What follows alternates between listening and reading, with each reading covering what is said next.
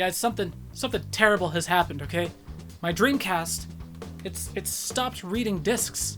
Like real discs. And you know, it's really got me thinking about this machine and these old machines that we're used to gaming on, you know, like the Dreamcast, that are really only in limited supply, and there's a lot of games on this goddamn machine that you can't really play anywhere else. Consoles like the Super Nintendo and the Genesis that are using cartridges, you know, those things are built like fucking tanks. They're gonna work for a long ass time. You know, there's no moving parts. But when it comes to consoles that are using optical based media, the disk drive is definitely going to be the first thing to go, and then the games themselves, you got to worry about things like disk rot. And it's really got me thinking about these old machines. Like, what is retro gaming gonna look like in the future? Luckily, there's been a lot of really interesting new developments in the retro scene, and my Dreamcast in particular, still functional. We resurrected it back from the dead.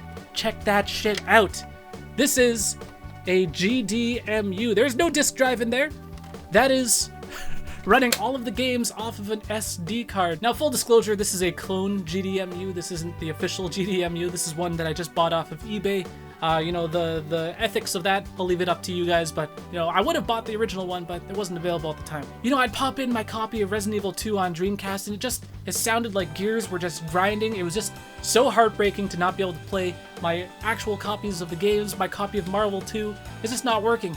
The Dreamcast just stopped reading the discs. So having everything loaded onto the SD card, it's pretty convenient, it's pretty awesome. Obviously, this opens a lot of doors for, you know, piracy and stuff like that. Again, I'm not gonna preach on piracy. I'll leave the ethics of that shit up to you guys. But let's be honest, anyone who owned a Dreamcast, odds are we're burning discs for it anyways. But it's really gotten me thinking about, like, you know, collecting these older games. I know a lot of people are collecting for PS1 and Dreamcast, and, you know, Sega CD games are crazy expensive. Look at, like, a copy of Snatcher, which goes for like $800. It's like, all of these things, they have a finite lifespan. They're not gonna last forever. I actually feel a lot more confident buying like cartridges, and I'm really gonna like second guess whether I want to keep collecting disc-based games in the future. But luckily, there's a lot of people out there who are much smarter than me that are coming up with solutions to these problems. You know, things like the GDMU is just one example of that. You have things like Analog's FPGA-based consoles, the Polymega, which is like this crazy all-in-one retro console that you can buy modules for, coming out. The future of the retro scene is actually kind of crazy. I think it's one of the most interesting times for the retro scene, and we're seeing all of these solutions starting to pop up for replacing this older hardware, but, you know, still really staying true to how they played. And, you know, I know one of the things that everyone is gonna bring up: you can just emulate it. You can just emulate all of these games. What the fuck does it matter? And that's true. That's 100% true. And, you know, emulation, I don't have anything wrong with it. You know, I emulated tons of games myself in the past, and I do think that emulation is important for video game preservation. I think it definitely plays a role. Even things like the Super Nintendo Classic and the NES Classic, officially licensed Nintendo products, those were using emulation.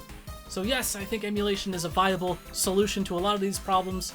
But, you know, obviously there's going to be still myself and a large amount of people who want to collect these old machines. There's something special about playing a Super Nintendo, you know, on an old CRT TV. You just don't get that. You don't get that feeling out of emulation. Let's look at something like limited run games, for instance. You know, limited run games, they sell physical copies of digital games.